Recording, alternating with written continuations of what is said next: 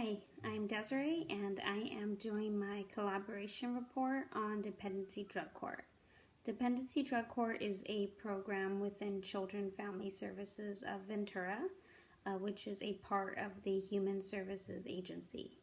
Dependency Drug Court is a program for mothers who have either given birth to a pause tox baby or have had their child or children removed due to substance abuse issues. Dependency Drug Court is an informal court in that there are no attorneys present, and it occurs every Monday afternoon. Prior to the actual drug court, there is a drug court meeting. This meeting is attended by a wide array of service providers who come together and collaborate together on the cases that are on calendar for the day. They meet to discuss the mothers and their cases and any struggles or issues that they may be having and how they can best serve the mother. Dependency Drug Court is informal, but the judge is there in attendance during the drug court. She's just not there for the meeting that is held prior. The service providers in attendance of the meeting and in drug court are the public health nurse and CalWorks worker, both who are assigned specifically to Dependency Drug Court. There is also a parent partner representative. Parent partner is a mentor who has been through CFS previously and successfully completed their case plan and reunified with their child, and they've come back to act as a mentor for the parents. There is also a therapist and 2 counselors in attendance regularly.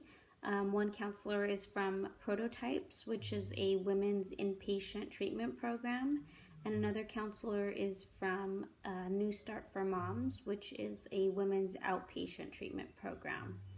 Additionally, there are several representatives from Ventura County Behavioral Health, and all of the Dependency Drug Court social workers are in attendance as well. Occasionally, the Dependency Drug Court supervisor will be in attendance. Again, the judge is not in attendance at the meeting, but does oversee the actual drug court and is there for the court part of the day. Drug court was first created in response to an increase of drug offenders in the criminal justice system. It has been recognized that incarceration has had minimal impact on drug offenders and the rates of recidivism. Additionally, some parental substance abuse has been identified as a significant risk factor for child maltreatment. To address these issues, drug courts have been introduced to assist the parent to abstain from substance use while developing appropriate parenting and coping skills that will assist them to provide adequate child care. The Dependency Drug Court was first started in Ventura County in 2000.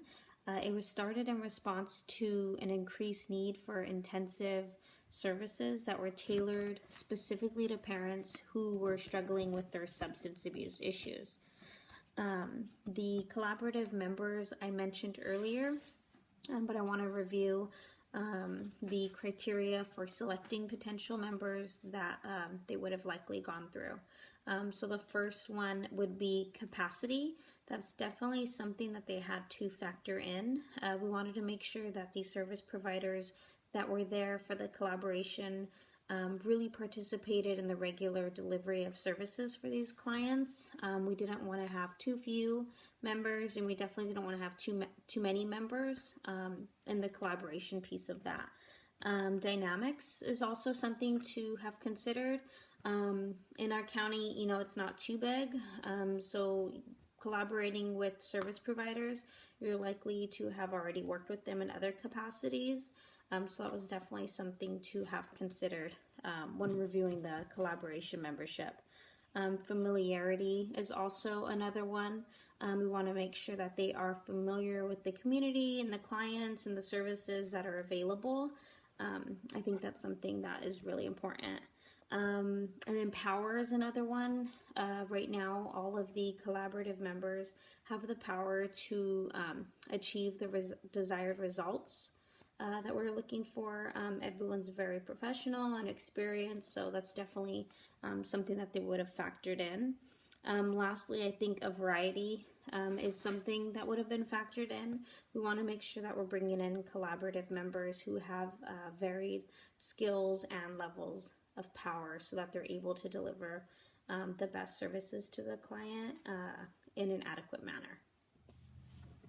I had the privilege of interviewing the drug court judge for my collaborative report.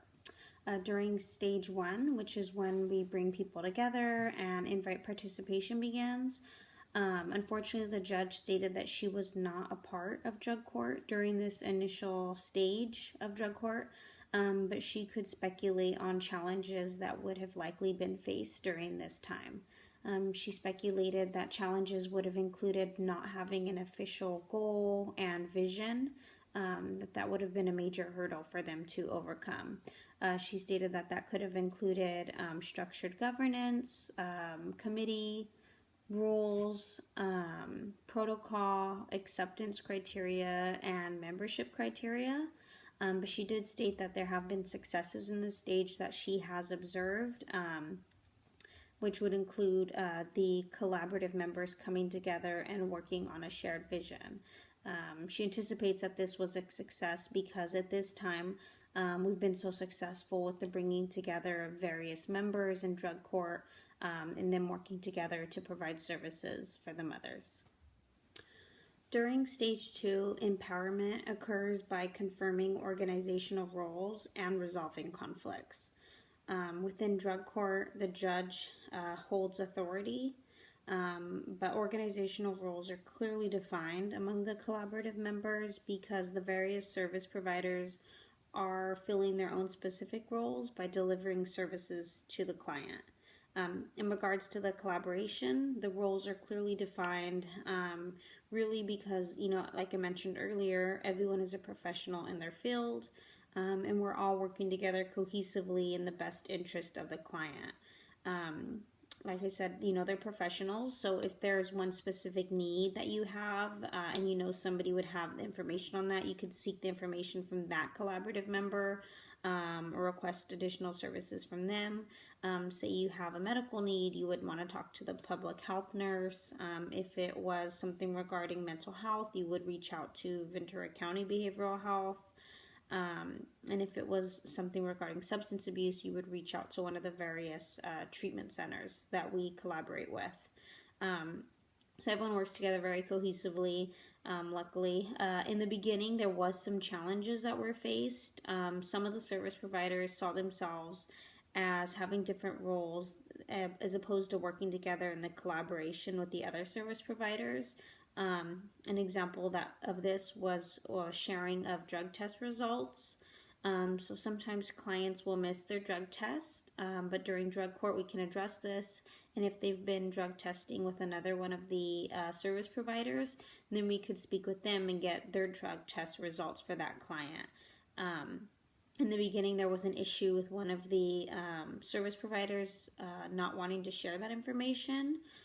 They were following their own protocol within their agency in which client treatment information was strictly confidential and not to be shared. Luckily, there were some changes in their protocol, and there was exceptions made that reflected the need for members of the drug court to share this information with the rest of drug court. Since this amendment, information has been shared appropriately and willingly among the collaborators, and that allows for the best appropriate services to be delivered to the clients. During stage 3, success is secured by managing the work and creating joint systems. A major challenge right now in regards to the stage that the drug court collaboration is facing is that there are no formal agreements among the service provider collaborators within the drug court. There are no formal joint agreements, there's no memorandums, and there's a lack of clearly written plans for the roles that each service provider is to play. Luckily, though, the implementation of services runs very smoothly as each service provider is filling their own role by delivering services to the client through their agency. And like I had mentioned before, everyone is a professional in their field, and we're all working cohesively to deliver the necessary services in the best needs of the client. During stage 4, continuity is established by creating visibility, involving the community, and changing the system as needed. Unfortunately, in the drug court collaboration, there is a lack of continuity. This is due to the lack of a formalized governance or rules, and this can be really detrimental to the drug court and its current success when the key members of the collaboration do leave drug court. The judge has expressed a desire to create agreements and formalize protocols to address this issue. Additionally, she would like to expand drug court and involve more participants, while also bringing in more service providers from within the community. Ethical dilemmas within the drug court collaboration would include client confidentiality. This issue is exacerbated by the fact that we're dealing with medical information on the clients. Clients do have a right to confidentiality in regards to this information. This issue was addressed by bringing the judge into the room with the collaborators without the presence of attorneys. This type of communication, as explained to me by the judge in drug court, is known as ex parte communication. Typically, judges are not involved in communication of this type, but the attorneys have all signed waivers allowing for it to occur, specifically within drug court. Additionally, the court collaborative members have all signed confidentiality agreements within their own agency. These client confidentiality agreements have exceptions which do allow for communication in drug court on an as-needed basis. When it comes to theories, I feel that the Bronstein interdisciplinary collaboration really highlighted the points with the collaboration that I see among drug court. So Bronstein states that interdisciplinary collaboration contains 5 components. The 5 components are interdependence, newly created professional activities, flexibility, collective ownership of goals, and reflection on process. So interdependence, this allows one member to maintain interaction among other members while still being able to interact with the client or on your own independently. I feel like this happens all the time. The collaborative members at the Independency Drug Court do collaborate together, but we do all deliver services specifically to the client on our own through our specific agencies.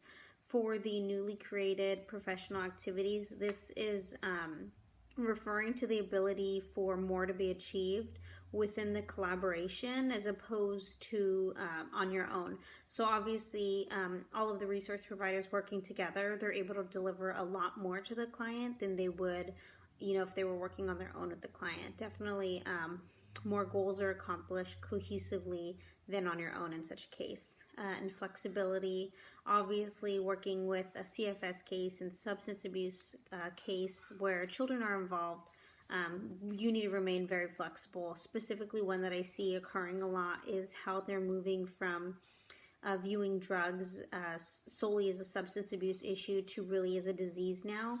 A major change that was made in drug court is how they react to relapse. Previously with drug court, if you relapse, you would be kicked out. Now, what we're doing if someone relapses is we're taking a step back and assessing the situation, ensuring safety with the children, and referring to an action plan, which would have previously been set in place prior to the children being placed with the parents. And for collective ownership of goals, this allows a shared role in the process of goals and the accomplishments of the goals, and always works, better as a group than it does independently. If we're all invested in the client and their goals and the accomplishments that they have and completing their case plan, obviously we all have, equal investments in such a thing. And then for reflection on process, this allows for self-evaluation on members, so you can reflect how your interactions are with the client or lack thereof. This is obviously something that is ongoing. If you're working with the clients in such a sensitive situation, you always want to reflect on how you're doing and if you could be doing anything or anything differently or anything better to deliver appropriate services to the client. A proposed change for the drug court collaboration would definitely be a social change agenda. A social change agenda means being open to changing policy to best serve the community or the specific needs of the clients that you're working with. Drug court, we are working with mothers who have substance abuse issues and an open CFS case. So we definitely need to be open to change and adjusting to the needs of the mother when doing so. So a specific part of this that I liked was the strategic planning piece. This is something that I mentioned previously in my video, comments from the judge about how we need to plan drug court more appropriately and how we really need to lay out a court memorandum, structured governance, and protocol regarding acceptance and membership. Both for the collaboration and for the clients. We also need to have more structured roles and really review the membership of the organization, just making sure that everyone who's in attendance really needs to be there. An example would be there's a few of the resource providers who send multiple representatives from their agency when really we probably only need one representative in attendance. That way we have less, duplicates of the same agency, and it allows for more room in the drug court collaboration for various service providers. Also, social change, it's a problem that's not going to go away, substance abuse, unfortunately. So we really need to make sure that we are adjusting to the current needs in that issue. Something that I mentioned earlier was treating substance abuse more like a disease. That's definitely a change that I'm seeing implemented now. I think that we could dive deeper into that concept and make appropriate changes to the collaboration and the workings with the clients to reflect that.